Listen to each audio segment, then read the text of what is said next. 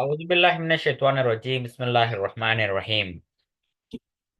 نن موږ په دې ویډیو کې به زده کړو چې څنګه موږ کولی سو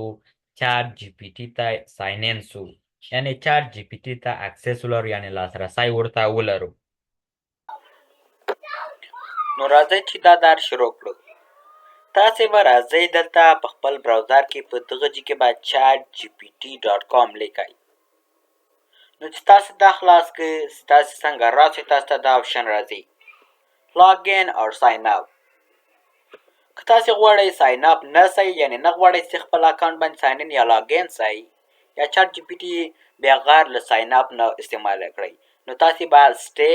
لاګ اوټ باندې کلیک کوئ نو که غواړئ تاسو ساین اپ یا لاګ ان سئ په دې یو باندې به کلیک کوئ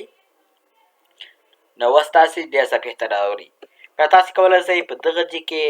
د ایمیل ادرس یا د موبایل شمېره ورکړئ او کولی سئ په دغه ځای کې تاسې د ګوګل لار نه هم ساین ان سئ د ګوګل لار نه اسانه هم ده ډېر وخت هم نه درنه چې ډیټیل نه کوي که چېرته تاسې غواړئ ته خپل ایمیل کې لکه مثالا بېرته به راځئ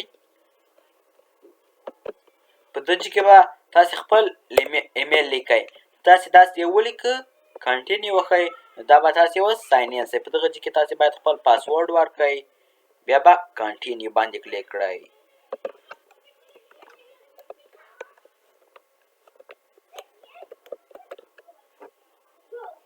بیا تاسې کولی شئ لکه د دې نه هم ساین ان سئ یا د ګوګل لار نه ګوګل لار اسانه ده څومره تاسې نه وخت هم درنه نه نیسي نو تاسې ستا ګوګل باندې کلیک کړئ که چېرې تاسې مخکې اکاونټ درلوده په ګوګل ساین ان سوی وی نو تاسو ته همغه اکاونټ را خلاصوي ګوره موږ دلته ګوره دا سو دغه ځای کې دا تاسې اکاونټ سو ډېره مننه دا و د نن ورځې درس هیله کوم چې دا ویډیو به مو خوښه شوې وي او دا ویډیو له ملګرو سره مو هم شریکه کړئ تر څو هغوی هم ترنه ګټه او پیدا واخلي او که چیرې تاسې زموږ چینل ته نوي یاست نو لایک او سبسکرایب کړئ تر څو د نورې ویډیوګانې هم درڅخه پاتې نسي والسلام